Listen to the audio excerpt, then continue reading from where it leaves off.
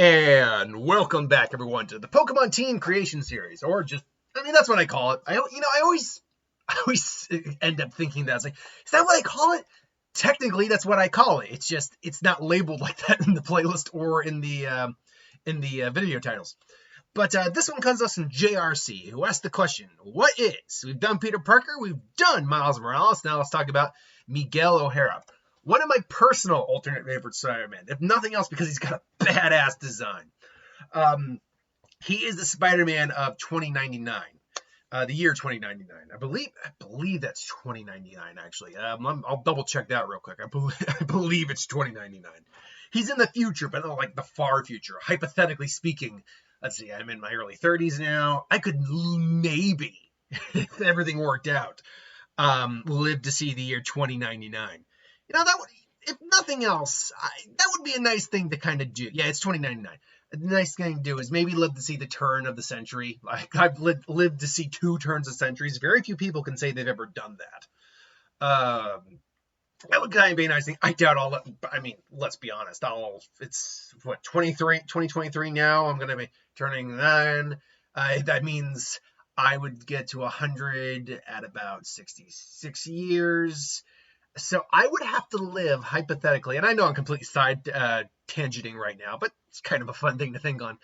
I would have to make it, because right in 24, so I'd have to live to be about 110, which is hypothetically possible, in order to actually see the turn of the century. But anyway, I digress. Miguel is a unique case. He exists in the future, but still has all the primary abilities of a Spider-Man, although when looking up his abilities, he does have things that normal Spider-Man Peter Parker didn't have. He does have organic web shooters. He also has talons and fangs that secrete a poison. He has a more advanced suit. So this proved to be a more unique kind of build to do for a Pokemon team. Also, we should note, I am kind of compiling Spider-Man a little bit here. What I mean by that is, there is the Miguel OHara we have in the comics. We have him also in the video game Shattered Dimensions, which is a fun game. I have that game. That was a fun game. We have that, and we have the one we get in Beyond the Spider-Verse, Across the Spider-Verse. We'll mostly be looking, kind of compositing them. Most of what you see in, say, like Across the Spider-Verse really isn't all that different from the character of Miguel, although it is that story's version of Miguel, who is different, at least a certain degree, from his comic counterpart. Not a huge degree, just a certain amount. But let's get into this. So, right out the gate, I knew that a futuristic Pokemon had to be on the team. Basically, one of the Iron variants from Violet. This just made sense to me because he is a Spider-Man from the future. I don't know if he's the farthest we go in the future when it comes to Spider-Man. That's a good, I'll look that up after the video. Like, what was the farthest future Spider-Man we have? But point being, I knew one of the Irons was there. And among them, I thought Iron Valiant fit the most. Because it is trying to be the combination of both Gallade and Gardevoir. So it was trying to be the best of both worlds. It does have some programming issues, or has some issues to it, though, as they state. So it's kind of gone off a little rogue. It's still a Pokemon that tries to do the best it can. It's just, it's got now some minor bugs to it. And that actually would fit well with the Miguel we see in Across from the Spider-Verse, who does believe he is the good guy and that they are the good guys. But because of the, let's just call it atrocities they have both seen and unleashed upon the world, they are jaded and do have that blinded by their cause mentality without realizing that they themselves have kind of become the bad guys. So I like that idea.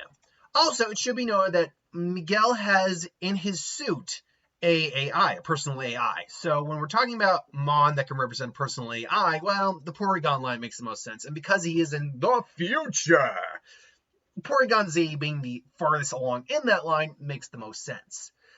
I will admit, though, seeing what we're getting with the Applin line, because obviously Applin has now what looks like it's going to be 4 different evolutions, has literally 3 evolutionary lines, one going into Flapple, one going into Appleton. Then we got Dipplin, and it's pretty much all but confirmed Dipplin will evolve further beyond. It will go to the Super Saiyan 3, if you will. So I kind of wish we could see that for other Pokemon down the line. Maybe we will. I mean, we've clearly gotten more regional evolutions thanks to Galar and more in Violet. Some of them I liked. I loved Annihilate. Annihilate is awesome. Fergarof's pretty okay. And King Gambit, if you can get one, which is not easy to get one, because you got to get that damn leader crest. King Gambit is awesome. Dunsparce, I will admit, has grown on me, but I still don't love it. There were so many cool concepts for a Dunsparce evolution, and I feel like it just didn't work. I wish they could, but maybe down the road we can see it for other mon like a Porygon. Anywho, so yeah, that represents his AI. Obviously, being one of the Spider-Men, though, he would have to have a spider-based Pokemon on the team. And unfortunately, there just aren't a huge amount of spider Pokemon out there when you really break down. You have the Spinarak Ariados line. You have the Galvantula. You have Galvantula. I don't include Joltik on that because Joltik is based off a Mite/Tick, not a spider. You have the Dewpider and our Raquanid line. And then obviously you got the Tarantula and Spidops line. None of them are perfect fits, but because of the electrical influences and such, I went with Galvantula here. This is just because his suit is a bit more high-tech and does have some, especially in the movie, it has more futuristic electrical elements to it. It's like almost like an energy suit that, and he even has like an energy cape. So Galvantula for that aspect. Beyond that, though, there are a few things that aren't in the movie that we can now lean more towards in the comics. And one of the big things is that bite. He actually has a paralytic poisonous bite. It's not toxic, like it won't kill you unless you got like an allergic reaction, but he does have a venomous bite. And I wanted a Pokemon to represent that. I thought that's a unique thing for him among the Spider-Men. But the problem is, it's like, okay, there's not a lot of, like, could I do like a combination poison Pokemon that can learn a bite move, like a Thunderfang or something like that? And now that they say that, can the Pokemon I ultimately chose for this learn Thunderfang? That is a very good question. I don't think it can, because it really doesn't have, I mean, it probably has teeth, but we don't ever see the teeth when it opens its mouth. But yeah, so I'm like, okay, something poisonous, because it's a paralytic venom. So something along those lines. And let me just see here. Can I get a witness? Let's see. What's this move pool like for this guy? Can it learn? It can learn Thunder Shock. Thunder Shock. Any Thunderfang? Yes, no, maybe so. I don't. Oh, it can learn Thunderfang. It can learn it through TM. Cool. Awesome. So this actually works a lot better now. So, because I went with it more because toxicity, I went with, by the way, was it low amp version? Low key form. I went with the low key form just because both forms are awesome. It's an 8 S tier Pokemon from that gen, and arguably an S tier Pokemon in general. It's just a really good Pokemon. Poison and Electric is actually a really good typing. It gets KO'd by ground types, but regardless of that, it's a really good typing. But honestly, I like blue more than yellow, and I just think this kind of is just a decent looking form. It's just equally as strong as the amped form. Anyway. But the fact it can learn Thunderfang makes this all the better, because it can learn paralysis moves, and it being a poison type means that when you work it all together, Thunderfang into a poison type, you get a paralytic poison bite. Granted, that's not actually what's happening, although we have moves like Scald, which is a water type move that can cause a burn. We have moves like Freeze Dry, which can also do the same with a burn. Normal type moves that paralyze. Physical type. I think you got I think one of the things we can lean in more as the series goes on is elemental moves that actually do have a separate elemental effect. We got a water type move that burns. What about a water type move that paralyzes? You could add that on a water electric type. That would be perfect. What about a fire type move, but have it be like a fire ice type Pokemon, and have it be like a cold fire? So it is fire in terms of its element, so it deals fire damage, but because it's like a cold fire, it could freeze. Ideas like that are things we need more of in Pokemon to kind of flesh out more and make it still like kind of fun and awesome. And not saying it can't be fun and awesome, just pointing things out. Point being though is like, yeah, that made it onto the team. As always with the Spider-Man, I wanted the fighting type Pokemon on the team because all the Spider-Men are fantastic, physical fighters. But I tried to be a little bit more unique, and they're hiding right behind his body right there. So I chose Sneasler for this. Now, there are several reasons why I did it. One of the big ones is the poison typing again. I like the idea of kind of leaning into the poison aspect, well, at least again with the fangs. But another thing he has is his talons, which obviously Sneasler has in spades. Now, you could have gone a different route here because it also has a somewhat similar, somewhat vaguely similar color palette to Miguel's costume. You could swap this out for, say, a Toxicroak instead, and that would actually probably be even better. Color-wise, anyway, it would fit perfectly. But I think I like this one just a little bit better. The Miguel in like the movie had a daughter, and clearly this Miguel also had a wife at some point. Miguel also his AI is a woman, so you could have the female companion on there as well.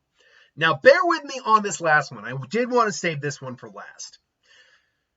So in the comics, and I don't know if this has changed. I have not read a recent Miguel comic.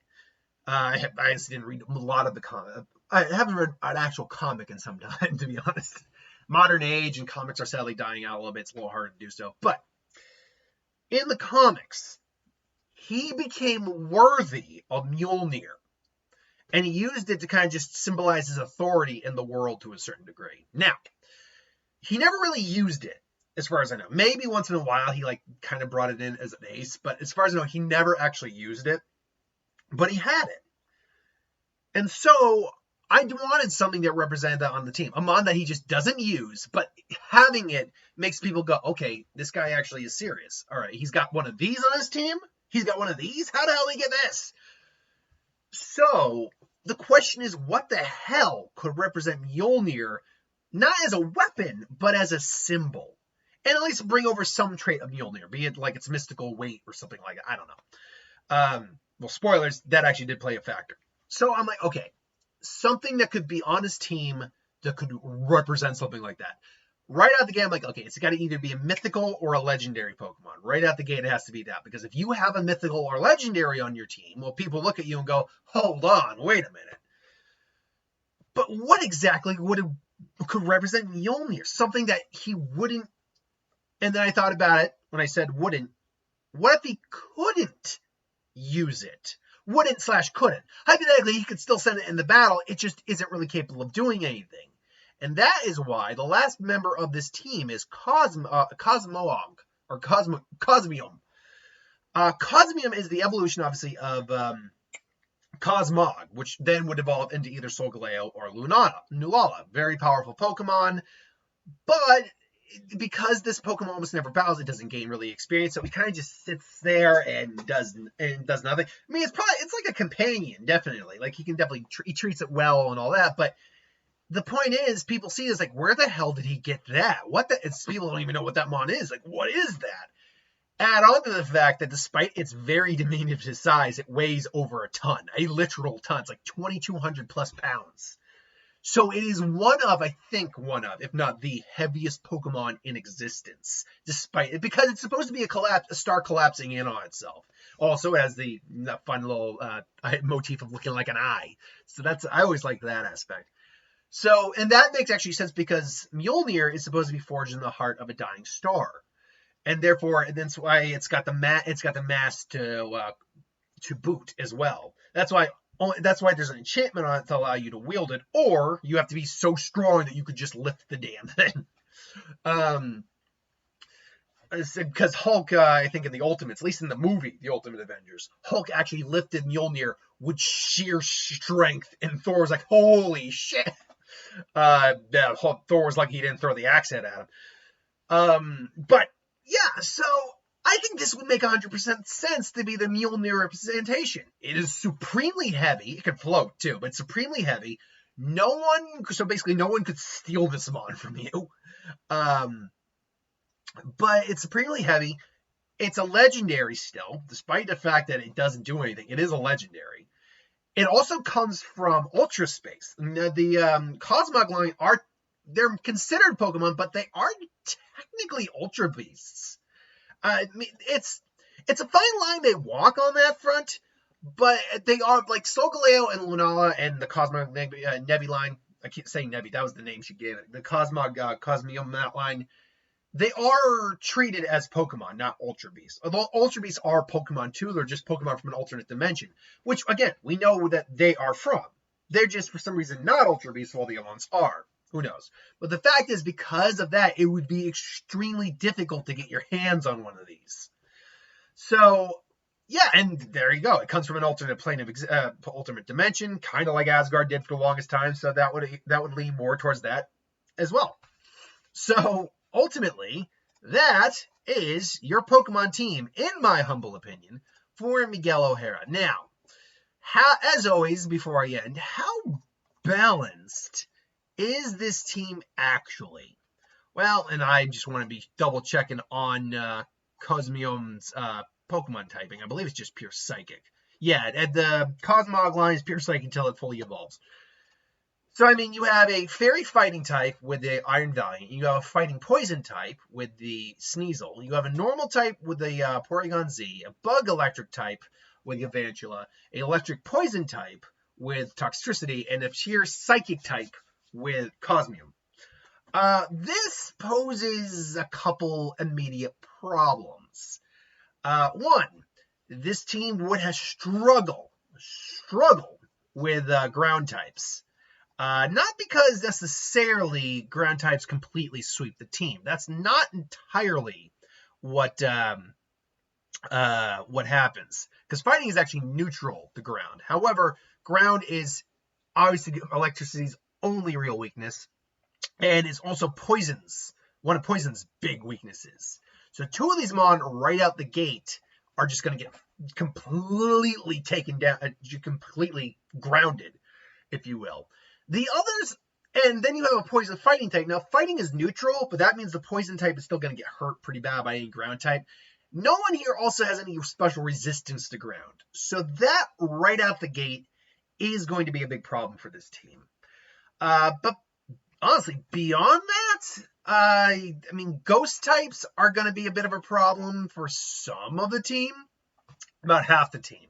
And that's not because ghost type is extremely strong against fighting. It's just that fighting can't hit ghost, and psychic obviously is extremely weak to ghost.